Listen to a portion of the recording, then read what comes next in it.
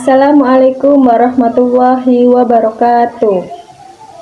Hai teman-teman, berjumpa lagi bersama saya Herning Fatmawanti, mahasiswi semester 5 Pendidikan Islam Anak Usia Dini, Institut Agama Islam Al-Azhar, Lubuk Linggau.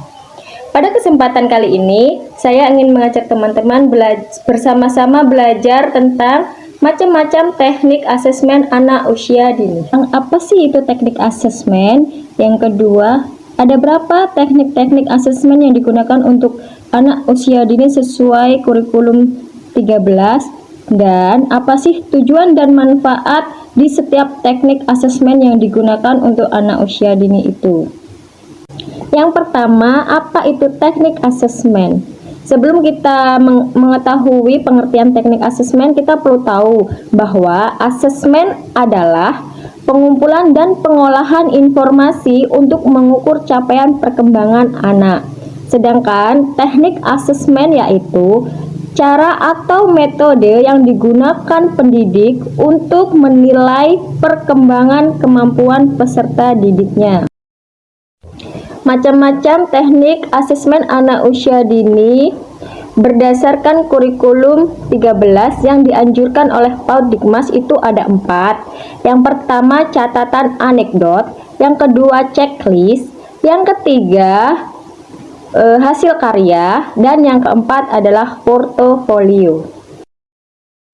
Catatan anekdot. Catatan anekdot yaitu catatan peristiwa yang bermakna yang terjadi pada anak pada situasi tertentu.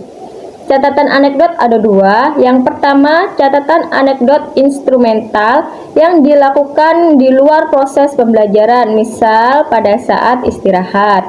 Yang kedua, catatan anekdot periodik yang dilakukan pada saat proses pembelajaran, misalnya pada saat anak menggambar, pada saat anak bermain puzzle, atau pada saat proses pembelajaran seperti mengenal angka atau sholat, seperti itu.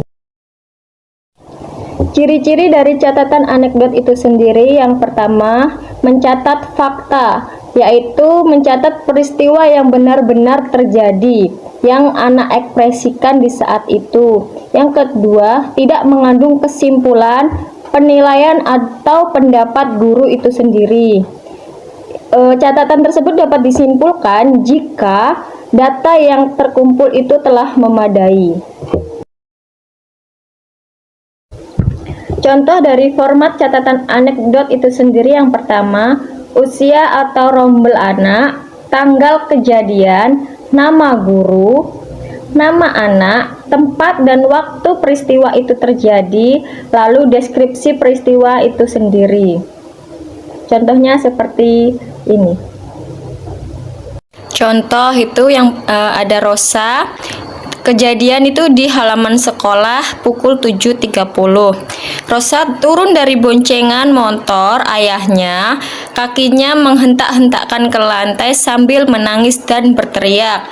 Padahal biasanya Rosa ini anak yang ceria, selalu datang dengan tersenyum dan bahagia. Namun di hari itu dia tiba-tiba menangis ketika turun dari motor. Nah, itu contoh peristiwa anekdot, peristiwa yang unik atau peristiwa yang bermakna.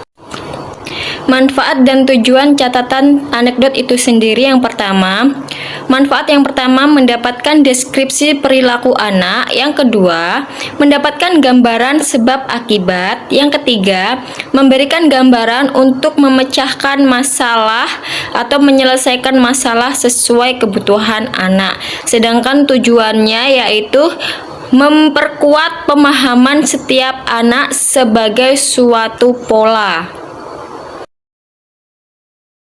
Teknik yang kedua yaitu checklist.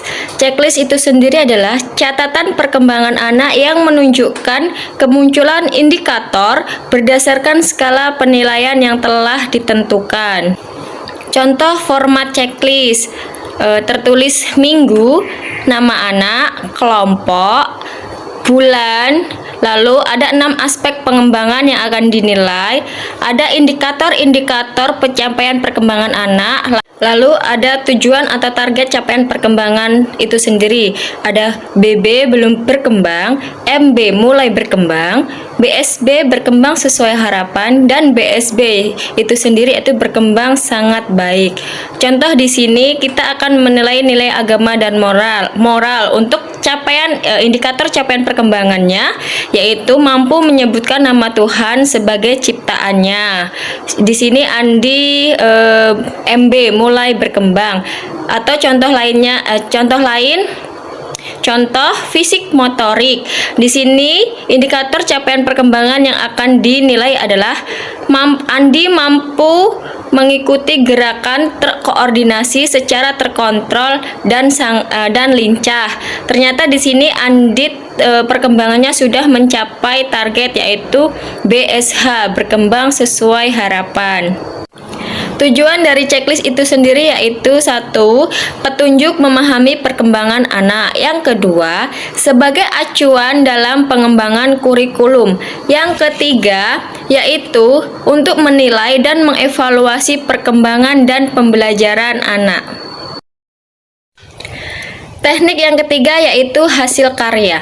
Hasil karya itu sendiri yaitu buah pikir anak yang dituangkan dalam bentuk karya nyata. Misal seperti pekerjaan tangan, karya seni, atau tampilan tangan seperti gambaran, lukisan, hasil guntingan, ataupun merangkai puzzle yang sudah selesai, atau hasil dari menjahit dan lain sebagainya. Nah, teman-teman, manfaat dari hasil karya itu sendiri adalah meningkatkan pembelajaran anak, melatih fokus dan konsentrasi anak, perencanaan dan evaluasi guru bersama anak, sebagai apresiasi dan partisipasi orang tua, sebagai alat penelitian guru, serta untuk meningkatkan motivasi anak itu sendiri. Untuk format hasil karya itu sendiri bisa kita lihat di sini.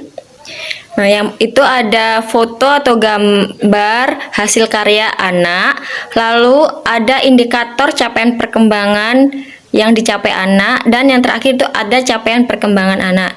Misal di sini contohnya Keanu menggambar pohon, atau ini ada seperti kolase, seperti kolase pohon itu difoto lalu ditempel di sini di format itu. Lalu di sini ada indikator pencapaiannya, yaitu salah satunya contohnya Keanu mampu mengenal pohon atau tanaman, dan untuk capaian perkembangannya yaitu BSH, berkembang sesuai harapan, dan seperti itu seterusnya. Perlu diingat ya teman-teman, dalam menilai hasil karya anak, kita perlu menanyakan tentang hasil karya yang dibuat oleh anak. Tuliskan semua yang dikatakan anak agar pendidik dapat membuat interpretasi karya tersebut. Hasil karya yang dianalisa adalah hasil karya yang menunjukkan tingkat perkembangan tertinggi yang diraih anak, bisa yang paling akhir atau di tengah bulan. Lalu hubungkan hasil karya tersebut dengan KD atau indikator-indikator capaian perkembangan anak. Yang terakhir yaitu teknik portofolio. Teknik portofolio yaitu kumpulan hasil penilaian, penghargaan, kegiatan maupun hasil pembelajaran peserta didik.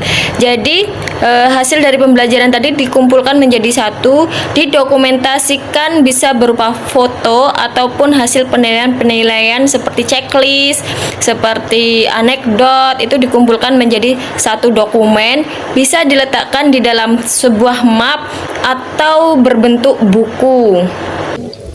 Cara membuat portofolio. Yang pertama, mengumpulkan hasil karya anak yang paling relevan. Yang kedua, menyusun berdasarkan kategori dan terstruktur. Dan yang ketiga, mengumpulkan dokumen-dokumen pendukungnya. Tujuan dan manfaat dari portofolio itu sendiri yaitu melakukan pengecekan indikator-indikator perkembangan pada anak, memantau perkembangan kemampuan belajar anak, baik dari proses maupun sampai hasil yang diketahui, dan juga memberikan penghargaan istimewa serta dorongan atau motivasi bagi anak itu sendiri.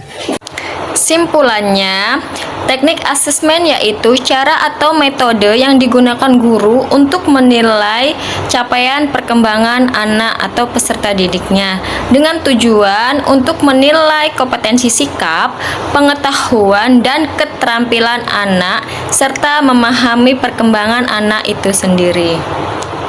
Terima kasih. Wassalamualaikum warahmatullahi wabarakatuh. Semoga bermanfaat. Bye-bye.